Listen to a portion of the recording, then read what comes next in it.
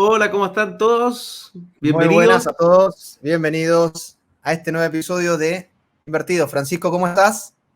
Muy bien, muy contento de hacer este capítulo 9 donde tenemos hartas cosas interesantes que hablar. Este va a ser un invertido como lo pensamos originalmente, un invertido de choque, ¿ah? De un desafío.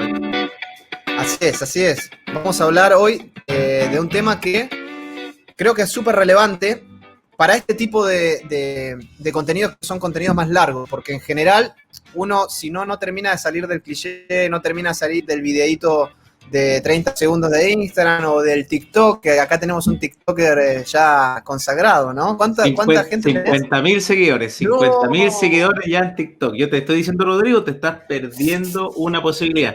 Ya te ganó el de una competencia que se metió, lo vi a meterse hace 2 semanas y ya tiene 2.000 seguidores. Me llega rabia. No. ¿Viste? Vamos a meternos sí o sí. Tú deberías ser ese, tú deberías ser ese.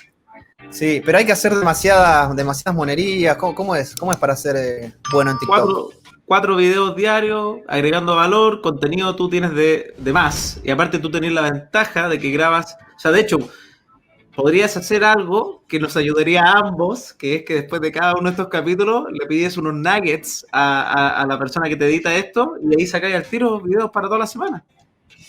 Buen punto, ¿eh? Buen punto. ¿Ves? Lo vamos a tener en cuenta. A ver, la gente que está acá en YouTube y en Instagram, ¿tiene TikTok? ¿Sí? ¿O todavía lo encuentran en una red social más adolescente y demás? Cuéntenos ahí, nos interesa saber. Y Francisco, hoy vamos a hablar de un tema, empecé diciendo esto, que es lo importante de estos temas largos, ¿no? De poder compartir 1 hora al menos para poder ir más en profundidad y no quedarnos solamente en la superficie. Y hoy vamos a hablar de mitos y verdades de la inversión inmobiliaria, porque muchas veces con el tema de, obviamente, intentar ayudar, intentar hacer crecer nuestras empresas y demás, terminamos en frases más cliché, ¿no? Como por ejemplo, tu departamento se paga solo, que son reales, pero que invertir es fácil, que son reales, pero también hay muchas cosas muy, muy importantes para saber dentro de este tema. ¿Qué pasa, Francisco? ¿Se te ven los pelos del pecho? ¿Qué es lo que pasa? Estaba muy desordenado. Yo soy una persona ahí demasiado millennial, me estaba vendiendo, ¿viste? No, pero vamos al tema de hoy. Bien. Vamos a ver algunas personas que están saludando. Si nuestro señor director ahí quiere compartir algunos saludos. Hola, Maclán en Peloy. Hola, Lolos. Hola. ¿Quién más? Vicente. Soy un lolo. Un lolo ahí. Hola, Vicente, ¿cómo estás? Mucho gusto saludarte y gracias por estar ahí compartiendo. Pablo, llegamos solitos a YouTube. Bien, grande Pablo ahí, firme. Excelente. Bueno, Francisco, ¿te parece si empezamos a hablar de esto? De los mitos y verdades. Empecemos a hablar. Si después alguien quiere, yo puedo mencionar un par de noticias que he estado viendo, pero partamos de este tema porque este tema da para mucho. Sí, ¿cuál es lo más importante para ti de esto, de poder sacar un poco los mitos de la gente que piensa que todo es muy fácil o que todo es mágico? Lo más importante, de hecho, yo tengo un capítulo del podcast, para quien todavía no conoce, Aprende de Inversión Inmobiliaria, hay que hacer publicidad acá, ¿eh? No, pero hay un capítulo que se trata sobre la magia de invertir, y lo que más me gusta de este tema de los mitos y las verdades es un poco aterrizar que estamos hablando de inversión inmobiliaria y que estamos hablando de la inversión que probablemente debe ser una de las inversiones más grandes que vas a hacer en tu vida y que si no se toma el peso de lo que significa eso, claro, uno puede terminar pagándola caro. Obviamente no existe la prisión por deuda, nadie se va a ir preso por no pagar pero por ejemplo puedes perder muchos millones de pesos. ¿Por qué? Por meterte de forma atolondrada y sin pensar lo que se está haciendo. Pese a que la inversión inmobiliaria tiene hartas cosas preciosas que también las vamos a conversar, si la idea no es acá dar susto, pero es entender que acá hay cosas buenas y cosas malas. Y a mí me encanta mucho este tema porque de verdad que en medida, y Rodrigo ha sido testigo, Rodrigo cuando llegó a Chile vino a trabajar con nosotros, y se daba cuenta y se sigue dando cuenta probablemente que aparecen y vendedores incluso que trabajaban con nosotros en su época, la manera de vender era mintiendo y proliferan, porque es muy lindo, uno puede decir muchas cosas preciosas con la inversión inmobiliaria. Claro. Todas esas cosas de como, oye, no te preocupes, si compra 4 y vive en 1, se paga solo, todas esas cosas suenan tan lindas y la gente está tan desesperada por su libertad financiera, que es un temita que vamos a hablar ahí con Rodrigo, que, pucha, eso es una motivación grande a hacer este tipo de programas, a aterrizar la inversión inmobiliaria en lo concreto. Excelente. Bueno, vamos a partir, si te parece, por un mito, que en realidad este mito es bien fácil de develar, que ahí lo compartías vos, Francisco, que es que para invertir hay que tener muchos ahorros. Suena muy marquetero pero ¿de qué se trata específicamente este mito?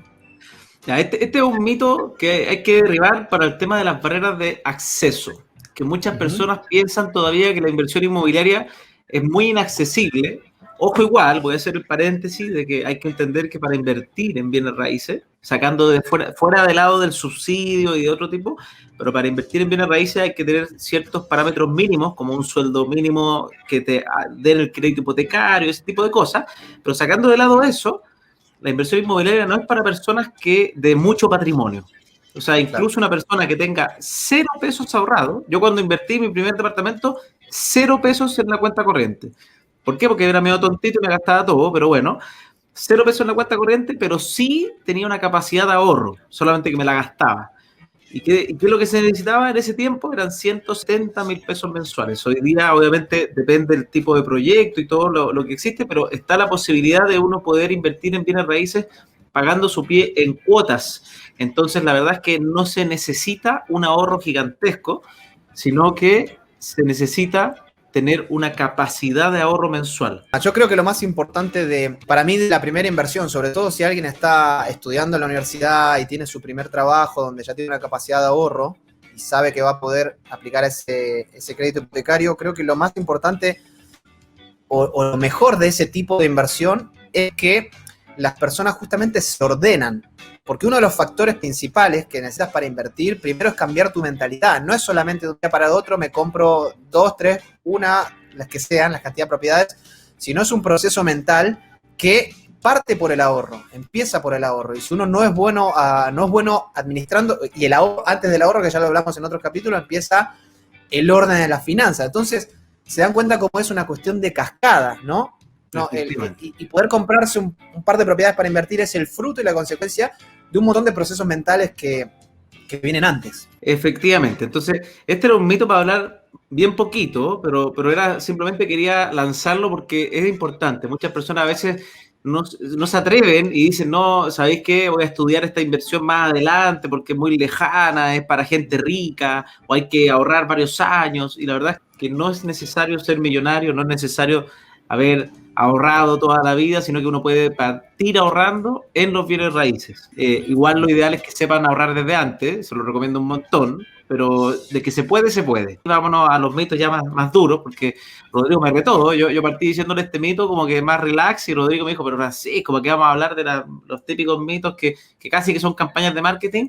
Claro. Efectivamente, vámonos a cositas más duras. Sí, exactamente, y además un poco la idea de este live es ser un poco mala onda, si se quiere, y decir, no, compadre, no es todo lindo, no es todo color de rosas. Acá hay un montón primero que hay un riesgo muy grande que estás asumiendo, y después hay otras cosas que hay que saber bien, porque después vienen las críticas, después vienen el no me ayudaron, el me estafaron, ¿no? Está muy de moda en las redes sociales decir me estafaron, o sea, estafar es una palabra muy grave, muy pesada como para decir. Es como, firmé 4 promesas, pero no sabía qué hacía. Bueno, esas cosas hay que evitarlas también, uno tiene que leer lo que firma, ese podría ser un mito. Sí. No leer y firmar compromisos grandes es un problema personal. Sí, y además hay una complicidad mutua, ¿no? Porque unas veces, cuando las cosas no salen bien, fue la culpa del broker, fue la culpa de la gente, del vendedor, del corredor, del que me hizo firmar. Pero uno dentro suyo sabe, cuando sos mayor de edad y tenés todos los patitos en fila, quiere decir que vos sabés lo que estás firmando. De alguna manera siempre hay un guiño y una complicidad, que después no lo quieras ver y no quieras hacerte cargo, es otro tema. Así que vamos al mito número 2. ¿Qué dice Francisco? Invertir es muy fácil. Esa es como la frase de cliché que no hay nada que pensar, hay que solo lanzar y la verdad, yo les puedo decir que pasé 31 años sin saber invertir. Invertir no es fácil. Tiene cosas sencillas, pero a ver, yo creo que tú digas la frase, Rodrigo, que me la dijiste, que es demasiado buena, la de comprar un departamento. Sí, yo creo finalmente que comprar un departamento es fácil. Ahora, lo que es difícil es invertir, lo que es difícil es transformarse en un inversionista, porque eso, como decíamos recién, implica un montón de procesos, de cultura, de procesos cognitivos, de cosas que uno tiene que tener de antes, un bagaje de cosas anteriores. Entonces, claro, hoy sobre todo, con las condiciones que hay de mercado y con las cosas que manejan los bancos centrales, que es por ejemplo la baja de tasas, con la facilidad comercial que tienen los bancos de que con 6 meses de contrato indefinido te dan acceso a un crédito hipotecario, claro que es fácil de repente meterse en un departamento con bono no pagar nada, entrar y listo. Pero ese es el principio de la historia, eso no te convierte en un inversionista real. Vienen un montón de cosas después que, bueno, que podemos hablar un poquito de eso y de la parte fea de eso, ¿no, Francisco? Obvio, porque ser inversionista no es simplemente comprar, es como que alguien dijera soy inversionista porque tengo AFP, es como casi, y ese porque es obligatoria, pero o tengo una PB, listo, soy inversionista. No, inversionista, y va un poquito de la mano cuando uno quiere ser un inversionista real, es cuando uno quiere empezar a hacer y a generar ingresos que sean significativos, porque ganarse 50.000 pesos mensuales de las inversiones, eso para mí no es un inversionista. Está bien, está empezando, está en proceso, le está gustando el temita, pero un inversionista lo que busca finalmente es como medio objetivo de libertad financiera o lo que uno quiera, en verdad, ganar, hay que ponerse los objetivos claros, pero comprar un departamento es re sencillo. Yo, mi primer departamento, no sabía mucho, tuve mi departamento, ganaba plata todos los meses. ¿Qué hice con toda esa plata? Se desapareció. Ahí partamos de error número 1 de ser inversionista. No, cero inversionista. Pero bueno, claro, da lo mismo. Después, ¿qué pasa? Vendo el departamento. ¿Qué hice con esa plata? Se perdió toda. Ya, yo soy un caso raro, pero hay gente, o sea, un inversionista no haría eso. Claro. Un inversionista tomaría esa platita, por lo menos si quieres un departamento, convertirlo en inversión y la haría seguir creciendo probablemente hacia futuro. Pero hay casos que ya cuando tú dices quiero convertirme en un inversionista de verdad, como lo que está haciendo, por ejemplo, o sea, yo voy en camino de eso en el mundo inmobiliario, en otras inversiones también estoy avanzando.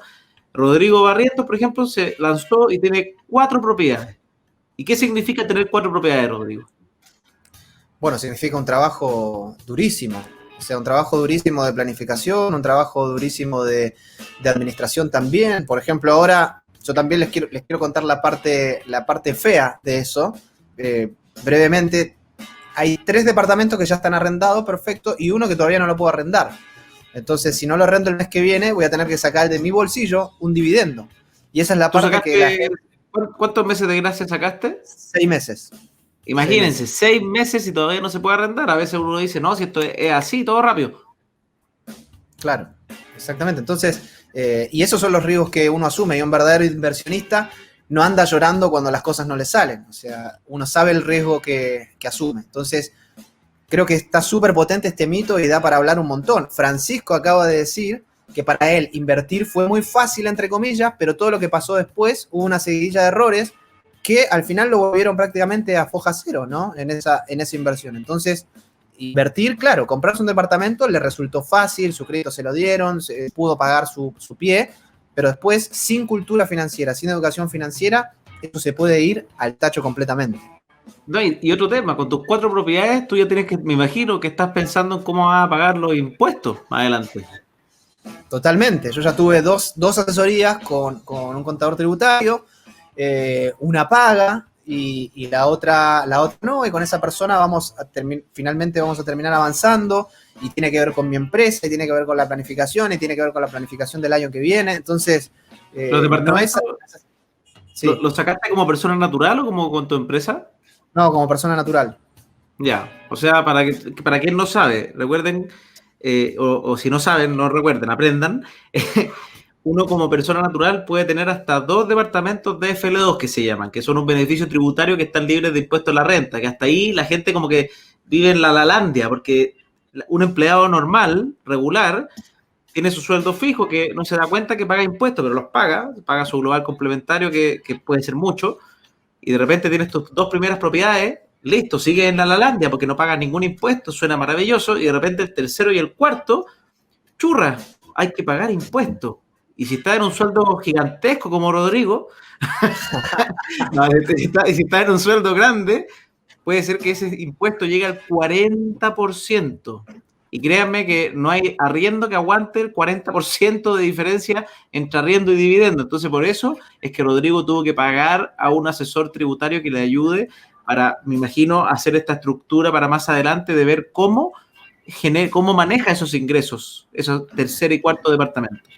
No, y aparte ponete a pensar en esto, Francisco. Después de la segunda propiedad, efectivamente pagas impuestos, y pagas impuesto por todo el ingreso de tu arriendo, porque eso se declara. Entonces piensa, por ejemplo, me compré 5 departamentos, 3 de esos van a pagar impuestos. 300 lucas por mes, redondeemos en 1 millón que te ingresa por mes por esos 3 departamentos que pagan impuestos. Esos son 12 millones al año. Más imagínate que está en el tramo alto. Claro, más tus otros ingresos, si ganas 2 palos, estamos arriba ya de 30, 40 millones. Chao. O sea, ahí tienes que ver formas de rebajar y ahí empiezan los cambios en la tributación y demás. Entonces, no es tan fácil. Comprar departamentos, como dijimos recién, es fácil. Ahora, transformarse en un inversionista es otra cosa. Exactamente. Ahí, Rodrigo, después te pidieron el dato ahí. El que lo haya pedido, escríbale un mensajito a Rodrigo por interno. Recuerden que es súper importante, los asesores tributarios son bien personales. Uno tiene que hacer fit con la persona y es un temazo. Totalmente. Ahí al que preguntó, que por ahí lo preguntaron acá en Instagram, tengo un video, si te fijas en mi canal, tengo un video donde casualmente lo hicimos esta semana con un asesor tributario y que hablamos de DFL2, así que puedes mirarlo ahí y ahí está el contacto de la persona. Así que suscríbanse obviamente a nuestros canales para ver todo lo que vamos subiendo semanalmente. Qué buena. Por mi lado, por mientras sigue siendo este el único video que subo semanalmente. pero tampoco. En el podcast tuyo de Aprende Inversión Inmobiliaria hablas de DFL2. 3 capítulos. Perfecto. Así que información, gente.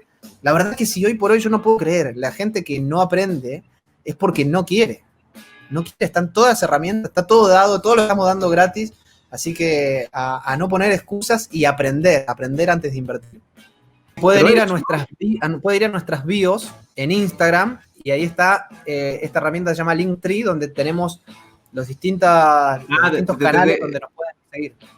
Yo creo que iría al mito 3 ya.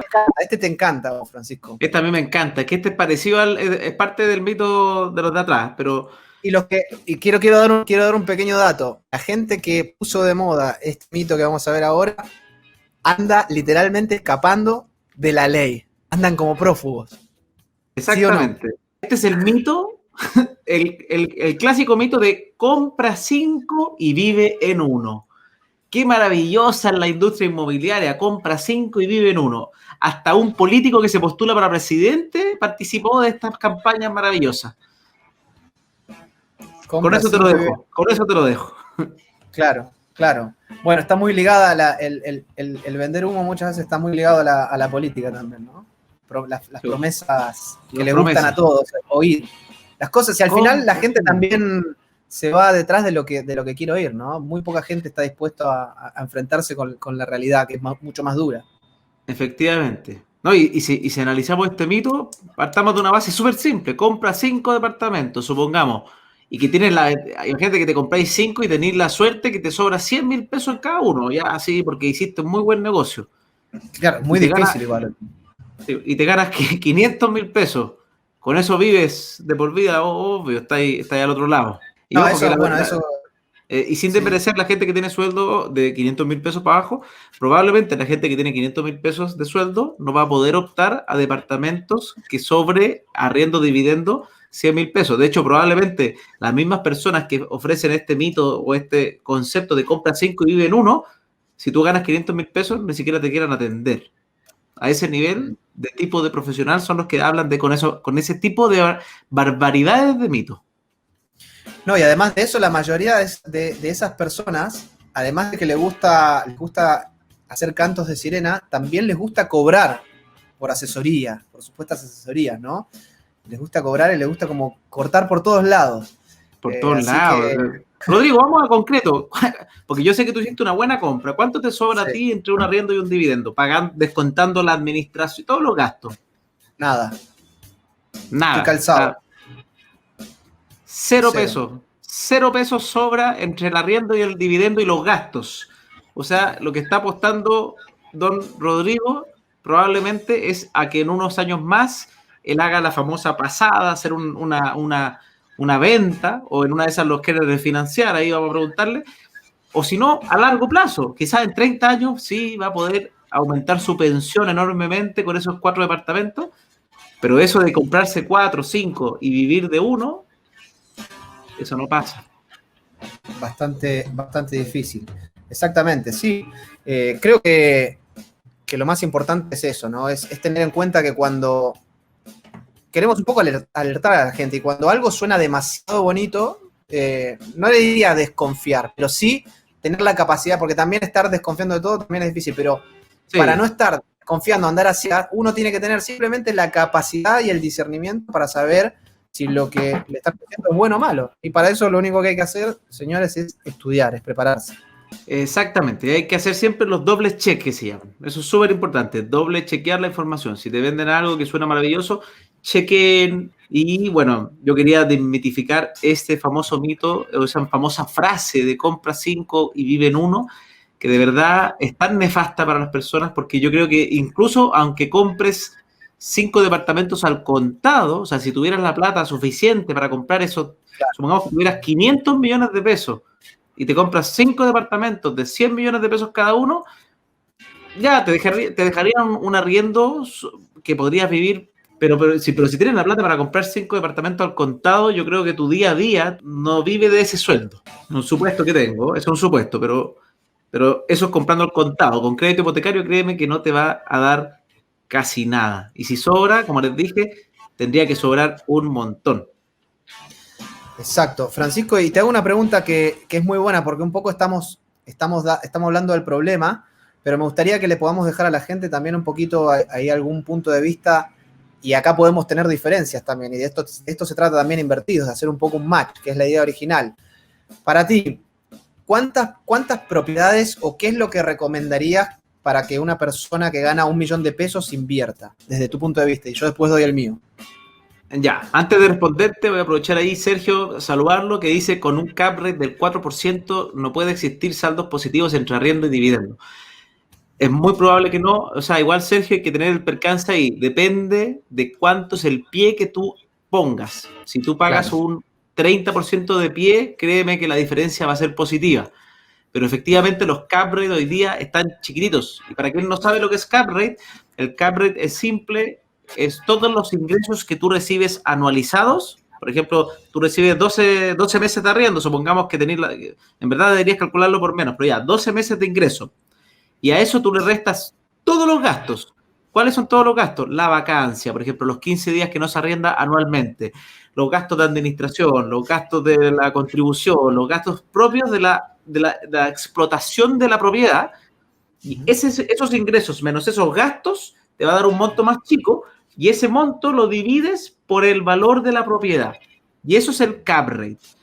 Hoy día los cap rates están entre el 4 al 6% en lugares más emergentes, pero ya encontrar cap rates mayores es muy complejo y, como dice Sergio, es muy difícil pagando, y prácticamente, no voy a decir imposible porque no creo en lo imposible, pero es muy, muy, muy difícil que pagando solamente el 10% y teniendo un cap rate del 4% se pague sola. No, probablemente incluso vas a tener que pagar tú un poquito todos los años. Y ahí el negocio se da para el futuro. No quiere decir que el negocio sea malo, pero el negocio cambia la forma de ser atractivo. Y ahora vamos a responder la pregunta y ya se me olvidó. Me fui por el tema.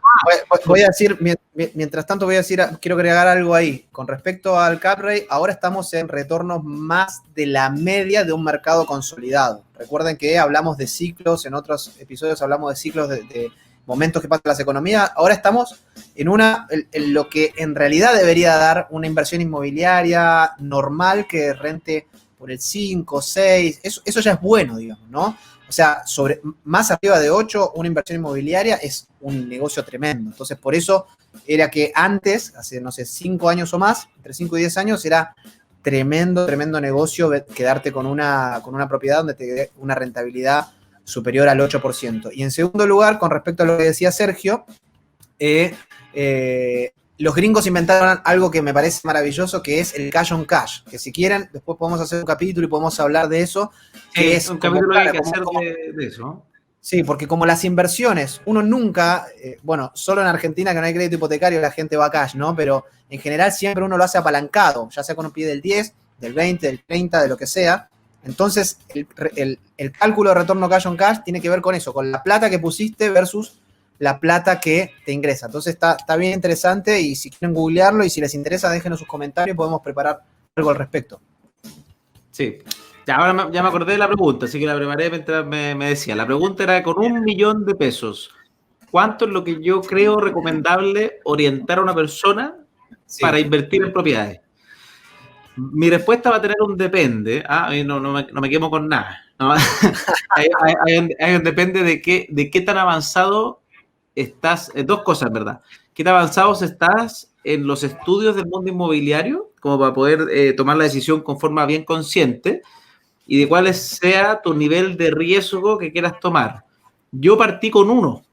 Y de hecho le sigo recomendando a mucha gente, pese a que yo me arrepiento, yo digo, pucha, que ganas de haber comprado 2 en esa época, porque podía, y quizá hoy día tendría más plata, pero bueno, no lo hice. Me sirvió igual de aprendizaje como loco. Creo que la gente que está recién empezando, partir con 1, todavía lo considero una buena opción.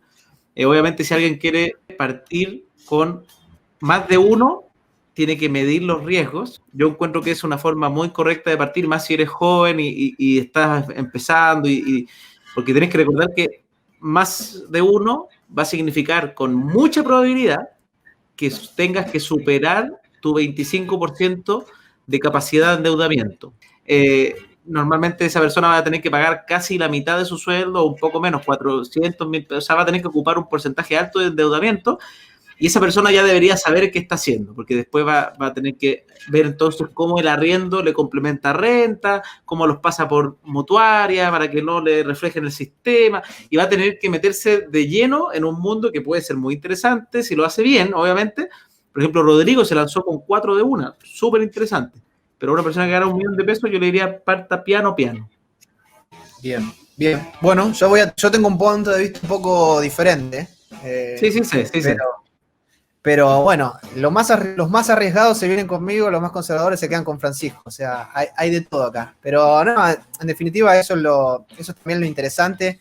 Lo que sí, siempre hacer todo, por favor, a conciencia y sepan lo que hacen. Después, yo creo mucho en la libertad de las personas y en que hagan lo que se le cante, pero después a llorar al campito, decimos en Argentina. Si uno comete errores y no calcula sus riesgos y no mide sus riesgos bien, tiene que atenerse a las consecuencias. Yo creo que una persona que gana 1.000.000 de pesos podría, lo sano para mí desde mi punto de vista, es que se puede ir hasta 2 unidades, siempre y cuando teniendo todos los resguardos de mínimo 6 meses de vacancia de las 2 unidades que compró, mínimo. Entonces, ahí me parece algo que no deja de ser sano, tiene cierto riesgo, pero es un riesgo controlado. Como un colchoncito, dices tú. Claro, sí, totalmente. Porque si no estás muy al límite. Y también hay una frase que me gusta también mucho, que es: ¿cuál es la mejor inversión? La que te deja dormir a la noche. Si te empieza a hacer doler la panza y no puedes dormir y estás transpirando todos los meses para pegar la vuelta, esa no fue una inversión demasiado sana. Vicente, que nos pregunta, ¿es necesario una renta fija para optar un crédito? No es necesario. Obviamente es un poquito más recomendable, porque las rentas fijas normalmente los bancos te las consideran en su totalidad, y la renta variable normalmente le agregan un castigo, ¿no? Y ese puede ser desde 0, en el mejor de los casos, que nunca lo he visto, pero en la teoría, a gente que tiene boletas de empresas demasiado serias, se supone que no los castigan, pero lo normal que yo he visto es que te castigan entre un 25 o un 30% de tu renta cuando es variable. O sea que si ganas 1.000.000, te consideran como que fueran 700.000 pesos para ojos del banco. Exactamente. Bueno, estuvo interesante este mito. ¿Vamos al que sigue, Francisco? Vamos al que sigue. Este mito es la famosa frase que a todos nos encanta oír y que es: sé libre financieramente. Vamos por la libertad financiera. Ya me voy a sacar la camisa. Claro. Es como la frase... Me voy a la playa. En verdad estoy en Dubái acá. Claro, surfeando. En Fiji. Claro, estamos ahí en el sudeste asiático, surfeando, haciendo este video de acá. terminamos y nos vamos a comer ahí algunas ostras y somos libres financieramente porque yo me compré 4 unidades y ahora tengo Soy un libre. lifestyle para Instagram, ¿no? No, y con esas 4 unidades, Rodrigo vive allá, tiene un Tesla y además él compró 5 y vive en uno. Está Claro, libre. exactamente. ¿Qué pensás que es lo más importante de derribar este mito? ¿O cómo lo ves? Yo parto para decirte una puntita y dejarte ahí explayarte, pero yo creo que lo primero que tenemos que pensar cuando hablamos de libertad financiera es que es una meta, es a dónde queremos llegar, es a dónde los inversionistas y los que nos esforzamos y nos educamos y ahorramos y trabajamos y demás, pero es el punto de llegada, es como la tierra prometida, no es el hoy, no sé cómo lo ves vos. Efectivamente, hay gente que lo consigue, ojo, siempre hay casos, pero los casos son emblemáticos, son curiosos. O sea, si hubiera tenido justo yo sí, pues, si yo hubiera tenido la viveza de, qué sé yo, haber comprado 1 millón de pesos en Bitcoin cuando valía $1, quizá hoy día podría estar libre financieramente y qué sé yo, pero eso no es lo común, no es lo común. Y esa frase como de ser libre rápidamente, yo creo en la libertad financiera, pero acá lo que estamos derribando es el mito de, oye, pero ven a invertir conmigo, que, ¿sabes qué? Con un 6%, con un 8% anual vas a ser libre financieramente. Con un 8% anual, la libertad financiera se alcanza en varios años. Varios años. Eso normalmente es renta pasiva. Y con eso ser libre financieramente tarda años. Y haciéndolo constante, con disciplina. Y aunque la chunte a todas las crisis, igual si lo haces constante, con disciplina, vas a tener una fecha de tope. Con inversiones tradicionales o inversiones así de largo plazo, la libertad financiera se alcanza en ese mismo largo plazo. Sí, 100% de acuerdo. Yo también, a mí me ha pasado que he conocido en todos estos años de inversionistas, como para que sepan que es posible, pero en realidad es una excepción y tiene un factor de entre suerte, visión, demasiado riesgo. Pero yo he conocido personas, por ejemplo, clientes que, no sé, tal vez con 25 años justo le estaba yendo bien, hace 10 años tenían una renta buena, no sé, de 2 palos, y por no decir una renta así como wow, ¿no? Y se animaron a hacer, no sé, el multicrédito y compraron 10 propiedades. Y justamente compraron 10 propiedades hace 10 años en un lugar emergente donde ahora subieron. Y sí, tal vez hoy por hoy esas 10 propiedades le están dando una renta de 3 millones. Pero son las excepciones. No se tiren con esa meta porque es demasiado ambiciosa. Mejor ir paso a paso y tratando de, ojalá algún día le peguemos todos al grande y nos pase esto como el Bitcoin, que de repente hace 5 años valía $500. Entonces ahí ya sí podríamos todos salir a festejar y a vivir nuestra estilo de vida instagramiable, ¿no? Efectivamente, mira, yo me quedé pegado con una pregunta que hizo ahí Carlos en YouTube. Hizo una pregunta que dice que tiene un departamento que compró con subsidio DS19 y hace unos meses compró 2 para inversión. Y me dijeron que en el sistema no se darían cuenta para pagar impuestos. ¿Existe la posibilidad? Existe. Pero existe la posibilidad que se den cuenta y te cobren con multas de intereses y retroactivo para 6 años para atrás. También puede pasar. Ahí, Carlos, hay que tener ojo, porque lo que estoy viendo, si tienes 3 departamentos, es que por el tercero, a menos que en ese tercero te vayas a vivir ahí, eventualmente podrías tener que pagar impuestos a la renta. Obviamente hay que verlo bien. Y también sí, lo que no sé si el DS19 puede ser DFL2. Entiendo que sí, ¿o no? Yo entiendo que sí, porque entiendo que sí, pero habría que preguntarlo bien, y como no trabajo mucho con DS19, para quien no sabe, son los subsidios habitacional, pero el requisito para hacer DFL2 es que una vivienda sea menor a 140 metros cuadrados, y me imagino que el subsidio no tiene que ver, no solapa con la condición de la propiedad, que uno, si quiere convertirse en inversionista, tiene que aprender a invertir con las cosas de la ley. O sea, si tu negocio no te da con todas las cosas de la ley, para mí no es negocio. Muy de acuerdo con lo que dice Francisco. Ya con lo que dice Carlos ahí, dice que no se daría cuenta, ya ahí me empieza a generar un poquito de ruido, porque ahí ya estamos hablando de como una especie de triquiñuela, que te puede salir bien por un tiempo, pero también puede que te salga mal. Entonces, mejor tratar de hacer las cosas bien del principio o asumir los riesgos que implica eso, ¿no? Oye, Bien. ¿te tinca que pasemos al otro mito antes de ir ahí a un par de preguntas que pasaban? Dale, perfecto. Vamos a ver, ¿qué tenemos? Tus departamentos se pagan solos. ¿Cómo es eso? ¿Los departamentos tienen cuenta y salen y van al banco y pagan el dividendo? ¿Se autopagan? ¿Cómo es? Se autopagan, ¿ah? Estos son mágicos. Los departamentos, tu departamento se Son paga autónomos, solo. inteligentes.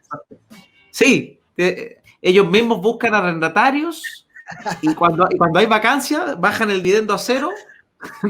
Claro. Y se pagan absolutamente solos, tú no tienes que pensar. ¿Ah? Es la nueva tecnología de los departamentos que se pagan solos. Claro. Bueno, Antes de que hoy Francisco diga lo que imagino que por donde lo vamos a encarar, yo quiero decir que también nosotros, cuando lo hablamos sobre una capa más comercial y demás, lo decimos, porque en parte es cierto, pero de nuevo, acá estamos tratando de ir a lo profundo, porque después no quiero que me digan, yo te vi diciendo tu departamento sí, paga solo. sí, de hecho yo lo he dicho claro. También, pero queremos desmenuzarlo. Claro. ¿Cuál es la parte de abajo que tiene que ir detrás de la frase se paga solo? Mira, el departamento se paga solo. ¿Cómo se originó primero esta frase? La frase del departamento se paga solo nace básicamente de que en los últimos años, probablemente de los últimos 10 años, cuando empezó fuerte el mundo del brokeraje, que antes de eso no se hablaba mucho, o sea, probablemente la gente que compraba underground, o no underground, pero con los brokers antiguos, los famosos brokers, los originarios, que eran los que yo digo hoy día medio dinosaurios, pero que le vendían el persona a persona, amigo a amigo, doctor doctor, y eran bien de nicho. El concepto era que tú comprabas un departamento, pagabas tu pie, incluso en esa época, antes del 2008, de la crisis subprime, los bancos te pasaban un 100% de financiamiento, que queda agradable, junto con que te financiaran el 100%, la diferencia entre el arriendo estaba acá y el dividendo estaba acá, y con una diferencia grosera. O sea, habían diferencias de 150.000 pesos, 100.000 pesos. Entonces, y además la persona sacaba su crédito con meses de gracia. ¿Qué quiere decir eso? Que los primeros 6 meses no pagaba. Y obviamente empezó a correr el rumor y las voces grandes de que, oye, mira, el departamento es fantástico, se paga solo, yo pagué cero, siempre pagué cero. Y todo se paga. Todos los meses se pagan. Y mientras esté la ecuación bien, mientras el arrendatario se encuentre disponible, siempre pagando y todo, el dividendo, o sea, el arriendo cubre el dividendo, cubre los gastos, cubre la administración, cubre la depreciación, incluso todos los gastos que tengáis. Entonces, ese era el concepto que se acuñó en el mundo inmobiliario. Y eso se sigue diciendo para siempre, porque ahora como que todos hablan de lo mismo, se paga solo, se paga solo, se paga solo, pero la verdad es que la diferencia entre arriendo y dividendo han ido así. Incluso hoy día están media así. Uno tiene que a veces ponerse todos los meses un poquito, claro, para que este negocio rinda frutos. Entonces, cuando uno dice, no, es que se paga solo, churra, hoy día quizás hay que poner más pie, hay que poner un 30%, quizás un 25%, o sea, no es tan así, po. O sea, hay que poner, qué sé yo, 15, 20 millones de pesos para que así el dividendo quede más bajo del arriendo por harto de margen, y ahí podría estar pagándose sola la deuda, porque eso era lo importante. ¿Cuál era la gracia al final? Es que la rentabilidad del inmueble era mucho mayor que el costo de la deuda del inmueble. Y por eso se pagaba sola esa deuda. Para mí, lo más importante de este mito, que en parte es verdad, pero lo que vamos a desmenuzar, lo que estamos desmenuzando ahora, es que en realidad cuando uno dice tus departamentos se pagan solos, termina como, de alguna manera, haciéndole el quite a la responsabilidad, ¿no? Porque a nosotros nos encanta hablar, y cuando se escucha la libertad financiera, se habla de ingresos pasivos. Claro, se paga solo, no tenés que hacer nada.